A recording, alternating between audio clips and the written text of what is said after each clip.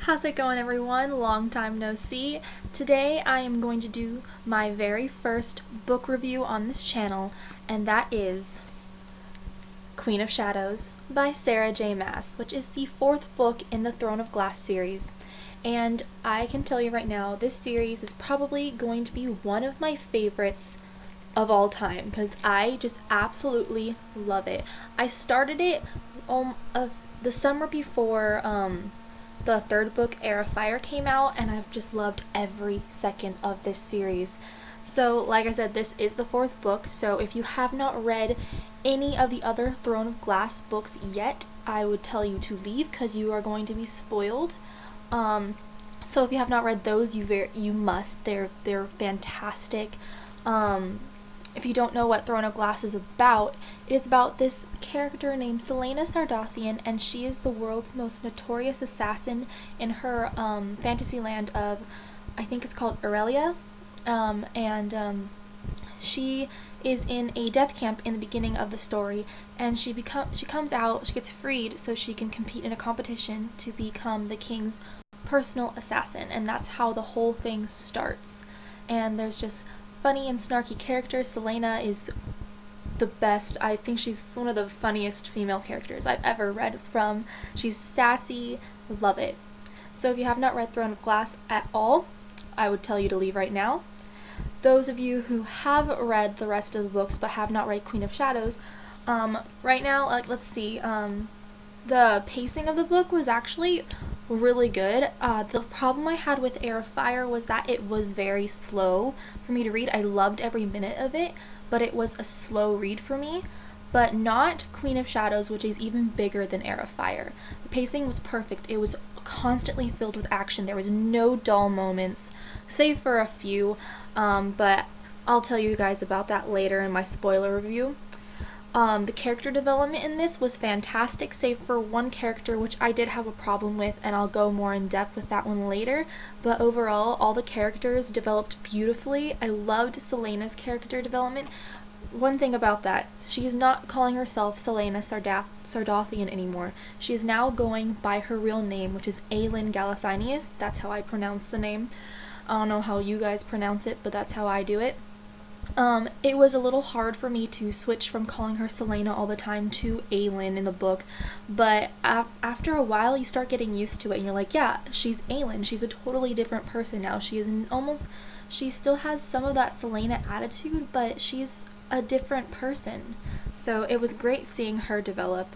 And then you have all the characters from Air of Fire, they're still in here, and it was fantastic. That's all I have for non-spoilers, so I guess if you have not read the book, you should leave right now. Those of you who've read it, stay and discuss it with me because I have lots to talk about. So first, let's start with some new characters. Our first new character that I absolutely loved was Lysandra, and she is an old friend, enemy of Aelin, and oh my gosh, I loved her. She was amazing. Aelin really needed another female friend after what happened with Nehemia, and Lysandra is the perfect fit for her because she's also very girly and likes all that stuff that Aelin likes. I almost said Celaena. Aelin. But they've known her ever since. They were both, I think both of them were in Arobyn's captivity, and then Arobyn sold Lysandra to Clarice, who is a madam who runs a brothel. So Lysandra is a courtesan, I think that's what they're called. Basically she's a prostitute, and I just loved her character arc in this one. It was so good. When I found out that when she saw Evangeline, this little girl, she wanted to save Evangeline from the life that she's had, and she scarred her face, the little girl's face, and because of that, now she has that girl's debt added onto her debt, and which makes her even work even harder, and it's just lovely. And then we find out that she is a shapeshifter. Rowan comes in, he's like, oh, you're a shapeshifter. What? I forgot that shapeshifters existed in this world, But yeah, Lysandra, she basically can shift into anything she wants. I loved at the end when she shifted into a ghost leopard. That was so cool. She is so awesome. She just like ripped through all those Valg soldiers. It was fantastic. And it was really funny towards the end when Aedion tries to wake them up in the end to go home to Terrasen. She shifts shifts into the ghost leopard again and just chases him out the door. Hilarious. But yeah, and there could be I think there's a possible romantic relationship that could happen between her and Aedion. I don't know I don't know if it's gonna be like that in the next book. I would like to see that because I think Aedion really needs somebody other than Aelin. I mean, I love his and Aelin's cousin relationship together, but he deserves some love too, and I think Lysandra would be a great match. Okay, next new character, I think I said her name as Elid or Elide. I don't really know. She is in Manon's storyline, happening up there. I wasn't really interested in her storyline in this book, or Manon's really. Every time we went to see Manon or Elide, I was like, when are we gonna get back to Aelin and her crew, because they are fantastic. I wasn't really interested until really towards the end. But Elide, she has some witch blood in her, which means she has magic? I don't know. It hasn't really explained it that well. It's a small bloodline, because her blood doesn't run blue, it runs red, but she still has witch blood in her. So I don't know how that's gonna work out. We find out that her mom was the lady who saved Aelin when her parents died, and she sacrificed herself for her, and I'm just like, oh my gosh, so much connections, and I cannot wait for her to meet up with Aelin. She now knows that she is alive, and she's looking for her. Manon dropped her off in the woods, and she's like, just go north, go to Terrasen, you will meet your queen. And I'm like, oh, I can't wait for everyone to be together. And then the last new character I'm going to talk about is Nesserin. I really liked Nesserin. She is kind of like almost a female version of Kale, as strict. I love Kale. I don't know how I feel about him and Nesserin together, because I do have my preferences. I was a Kale and Selena shipper. Talk more about that later. But Nesserin's pretty cool. She has a great relationship with Aelin, I think. It's almost as like a girl bonding as Lysandra and Aelin, but I can see them becoming really good friends soon. Nesserin, she becomes the captain of the guard at the end of the book. Dorian appoints her, and she's the first female royal guard, which is awesome. She's like a great sharpshooter. She can just like shoot anything with a bow and arrow, and she shot an arrow at another arrow to knock it away from, I think it was Rowan she knocked it away from, which was awesome. I loved her. Let's see. Now let's go into some of my favorite parts, or some standout parts that I just have to talk about. First, let's talk about Arobin, the King of Assassins, and all his parts that he had in this book. I have written down here. Oh yeah. All those manipulative games he was playing with Aelin the entire time were frustrating me. I hated Arobin so much in this book, just hearing everything he's done. I have not read The Assassin's Blade yet. Now I must read it just to see how big of an asshole he really is. But yeah, he like sent Lysandra to her, which actually backwards him because they became friends. But he sent her old like childhood nemesis to her, to give a message. He gave her body oil in his like signature scent to piss off Rowan. That was just like, what the heck is this guy up to? But I really liked the plot to kill him. That was so cool. I loved it. I love that Aelin let Lysandra kill Arobin. He's done bad things to both of them, but I think that Lysandra deserved the killing blow more than Aelin, just by a tad bit. Because Arobin, he is the one who usually uses Lysandra in his bedroom, and I don't know, I just loved it. I loved it. She just slit his throat and let him drown in his own blood. I know that's kind of gruesome of me, but loved it. And I cannot believe that he tried to mind control Aelin with that ring. Oh my gosh. I was like, what is he doing? No! But then luckily it was all a trick, and he ended up dead that night. Okay, next let's talk about Aedion and Aelin. They are just adorable together. I loved their reunion scene. It was so heartbreaking and lovely and beautiful. Some of my favorite parts of the book were when Aedion was recovering from being imprisoned. Like, I loved it. It was so funny when Aelin had to help him go to the bathroom, and because he was too embarrassed to go, she had to like sing loudly and annoyingly so he could pee. That's just funny. I don't think I'd do that for somebody because that's kind of awkward, but it was great. I loved the moment when they were sharing all their scars with each other and all the stupid things that they've done, and then they start talking about the things that they've done that they're ashamed of, like Aelin being an assassin and killing all these people. Aedion, he was like basically pretending to be someone he's not this entire time, working for the king of Adarlan, and it was just so touching. I loved it. Where was I? And then we find out a little bit towards this, right when Aedion meets Rowan. Rowan kind of realizes that Aedion is the son of Rowan's friend Gavriel. I think that's how you say his name. So that means Aedion might outlive Aelin, which I don't know how that's going to work out. He's kind of worried about that. And I don't know how that's going to play out with what's going on with Maeve and everything that's in Wendlin. So we'll see. Maybe Gavriel will come over and join the gang. That'd be pretty cool. Okay, next let's talk about Manon's storyline. So, like I said, went with Elide.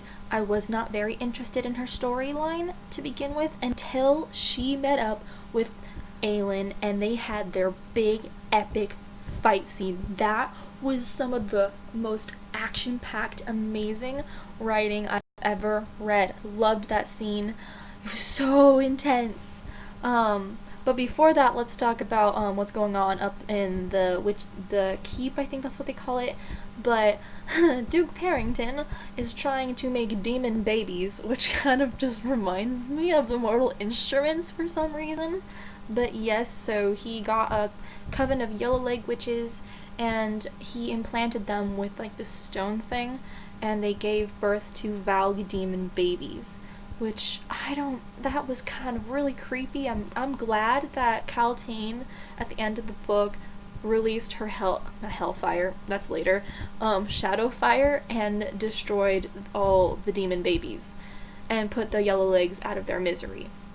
So, yeah, and the whole back and forth thing that was happening between her and her second, who becomes like her third and then not her third anymore, Asterin, that was like so frustrating. I was like agreeing with Asterin the entire time. She kept like telling her, this is wrong that you are even considering sending another coven over there to go through this hell that the Yellowlegs have gone through. And then you realize that Asterin, when she was younger, before all this happened, she was pregnant with a witchling that became stillborn, and that is like, it's the most shameful thing you can do as a witch. And Manon didn't know about any of this because her grandma kept it away from her. And she realizes that Asterin actually fell in love, and Manon, like, later on in the book, asks about what it was like to be in love. So that was pretty cool. So back to this fight with Aelin. That was awesome. Okay, so they were, like, fighting from this bridge, like, so I don't know how many feet up in the air. And they both get in a great couple of blows. I think Manon like scratches Aelin's cheek. They like throw away their swords, and then Aelin's like, swords are too wimpy, daggers are way more fun. And then Manon's like, okay, I got my iron nails and I'm gonna scratch the hell out of you. And yeah, Aelin starts to win the fight though. I was like, whoa, she's actually winning this. And then I forget how it happened, the bridge starts to kind of collapse, and Aylin's running away, going back to where her gang is, and she decides at the last minute to save Manon from being crushed and fall, because she's way too good of a fighter to go down like that. And so Manon owed her a life debt, and by doing that she told Eli about Aylin, and she also revealed to Aylin that Dorian is still inside there. So Dorian, this book was so frustrating, and oh, it was so sad. He is possessed by a Valg prince, but when he was with Manon, somehow I think it has to do with her eyes, because they mention the golden eyes are the eyes of their kings, the Valg kings. Because she has gold eyes, she can kind of penetrate through the Valg demon inside there and bring out the host. So that was kind of cool, and it seems like she kind of maybe developed feelings for Dorian. I'm kind of interested to see how they react in the next book. I hope they encounter each other again, because I want to see how that develops. So that was pretty cool.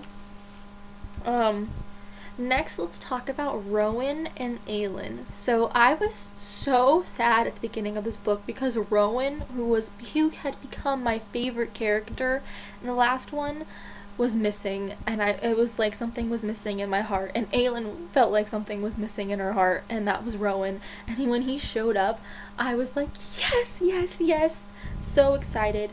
We finally get to see from his point of view. I loved hearing from Rowan's point of view, loved it. Some of my favorite scenes were when Aylin and Rowan were just flirting with each other. I don't know, that was kind of random almost, that they're starting to have a romantic relationship, because I just thought it was going to be strictly platonic. But you know what? I kind of like it. Their banter and flirtiness was adorable. Some of my favorite scenes were when Aylin like put on her skimpy night dresses and just like pranced around the room, or when she would wear his shirts to bed. It was adorable. Or when the time that she revealed that she rarely ever wears underwear made me laugh out loud at Rowan's reaction to that. Best. But Rowan, being him, he tries to distance himself from Aylin, and I'm like frustrated about that. I'm like, no, just get together already. And then when they finally realize that they both have strong feelings for each other, Rowan still doesn't do anything about it, because he's like, I don't want an audience. There's an audience next door, because Aedion has Fey hearing and can hear everything. So I understand that, but I can't wait for them to be in Terrasen so we can see their relationship fully develop. That'd be really cool. One of my favorite parts at the end was when he kisses her after she wakes up from the big battle at the end, and Aedion, you see from Aedion's point of view after that, and he's walking in and he sees them kiss, and then Rowan just like wind magic, the door close. That's that then. Okay. Bye, Aedion. Okay, speaking of the final battle, we have to talk about that. So first you have Rowan and Aedion are in the tunnels, and their job is to blow up the clock tower so they can release magic. They're blowing it up with hellfire, which they said could melt off your skin. I'm like, whoa, something's gonna go wrong. Luckily, nothing went wrong with the hellfire. It all worked out like they planned. But what went wrong before that was that the wordhounds were not destroyed like they thought they were, and they got totally ambushed to the point where I thought Rowan was gonna die. I really thought he was gonna die. But then Lysandra comes in, rushing in her ghost leopard form, and it was just so cool. Aedion protecting Rowan was heartbreaking and lovely. I loved it. But yeah, but after the clock tower gets destroyed, all hell and chaos breaks loose. Like, seriously. So meanwhile, while all that is happening, we got Aylin and Kale walking up to the front door of the castle, right to the king, and Aylin takes on Dorian, while Kale handles the king. During that, Dorian and Aylin are just going back and forth. he has his magic before she does. When she does get her magic, it just goes bonkers and insane. To the point where finally, like, she's distracting him, and she puts on that immunity ring that Lorcan gave to them onto Dorian's finger, and that it starts to fight the Valg Prince inside of him. Then that's when the king shows up, and you're like, oh my gosh, the king's there. Where is Cale? Is he dead? And the king kind of like gives them the assumption that Cale has died, and that is just the last straw for Dorian. He breaks out, breaks the collar off of his neck, and I was like, yes, yes, and then he just goes ballistic. And him and Aelin weave their magic together, and they burn out the Valg Prince inside the king, and then the king comes back, and he's like, I don't know, I think I actually believe the king when he says that he's been fighting this entire time against this demon inside of him. And he tells us that Duke Parrington has the Valg King inside of him. So Duke Parrington is our big baddie of this story, which was like, whoa, what? What? But yeah, so that's gonna be interesting in the next few books. Then he tells us that Cale is not actually dead, he's just broken, and you find out that Cale has been paralyzed from the waist down. But yeah, Dorian ends up killing his father, but Aelin tells the people of Adarlan and Rifthold that she was the one to kill the king, not Dorian, because you never know how people are going to react to that. And her, Cale, and Dorian end up, like, just knocked out, sleeping for days, and then they finally all wake up, and they talk about it. I loved the three of theirs reunion, was so cool. I loved it. It was so good. Okay, now I'm gonna talk about the thing that I did not like about this book, which was Cale's character. Cale was one of my favorites from the beginning. I was a Cale and Selena shipper, and I still kind of am, even though I really do like Rowan and Aelin together. I still kind of want Cale to be the end game, and his character just annoyed me in this book. Like, he was just the guy that annoyed Aelin the entire time, or he was always out of the loop, or he was basically useless sometimes.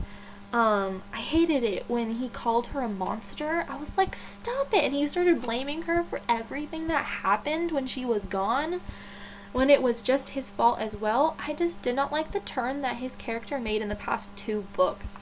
He finally got better towards the end. I still don't want him with Nesserin. Sure, you can be with her for a while, but Aelin needs to be his endgame. I still want them together. So because he is now paralyzed from the waist down, Dorian is sending him to the south to go to a magic healer that they say can make him walk again. So I'm excited to see that, because I really do want him to walk again, because I think he wouldn't be able to handle himself if he could not fight. But yeah, now Cale is now Dorian's, like, he's the hand of the king. Dorian made him his second in command. And then he's also an ambassador for Terrasen. So while he's in the south, he has to make friends with other, like, I think, other courts, and try to get them to back Aelin and Terrasen in their fight with Duke Parrington. So I don't really know what's going to happen in the next book. I'm really excited to see what happens, and I really want to see Rowan more and Cale more, and I can't wait. It's going to be so good. So that is all I have in my notes. I took these last night after I finished. It was the first time I wrote notes for a book. I really liked it. Other than that, I really have nothing to say except that it was pretty cool that when I started this book, I read that Aelin had cut her hair off, and a few days before I started, I had cut my hair off. So I was like, oh, I'm like Aelin, except brunette, not blonde or red hair. Like, she kind of dyes her hair red a couple times in the book. But yes, so if you guys want to discuss everything that happened or any of your favorite parts down below, please tell me, because I'd love to hear it. I'll most likely respond, and we can have nice discussion in the comments. Other than that, that is all I have for you guys today. I can't wait for the next book to come out. I'll seriously read anything Sarah J. Maas writes. So I will see you guys all again later. This was a lovely book and a perfect size book too. I finished this really fast. I loved it. Well, I'll see you guys again.